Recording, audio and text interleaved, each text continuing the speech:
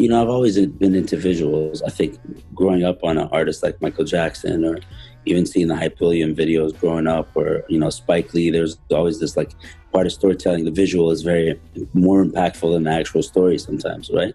So, and then the other part of it was I never got to see my people in ways that I wanted to see them in film. It was always kind of dictated to us as to how our character was presented and what that person's persona was.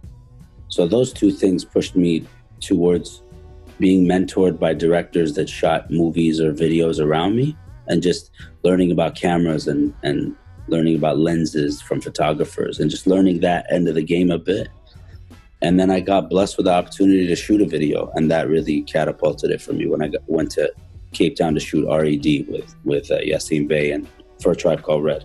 I think that just showed me that I had a passion to create like a palette and a visual code, and everything is with intent with the visuals, because visuals are forever, and you can negatively impact the world with a visual, or you can put something into the universe that might eventually come true because you put that out there, so you have to put intent behind it. It's very important, I think.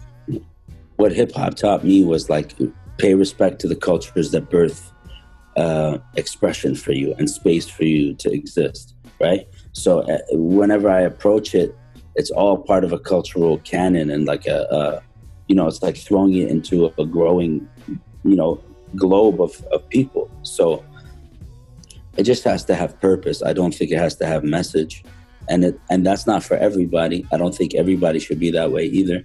You need that balance of all sides of the coin, right?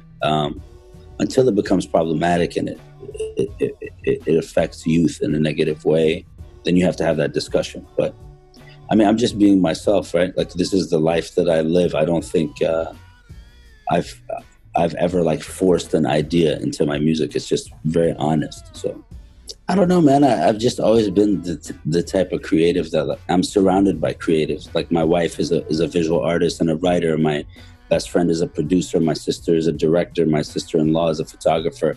So I have all these people from different mediums of creative thinking, all creating. And they each come from a different vantage point. And I feel like it just kind of Voltrons and keeps you fresh, right? Like you get to visualize new forms of expression by like evolving and just trying things. And then if it works, it works. If it's corny, you just don't put it out. You know what I mean? So I've always wanted to make like one of everything. I want to make a movie. I want to make a successful TV show, or be a part of a successful TV show.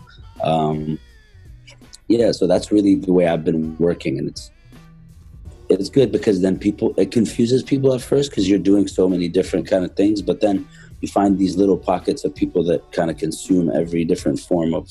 Some people just buy my merch or might not listen to my music, So that's really what kept me going. It's like, how can I diversify but stay authentic with it,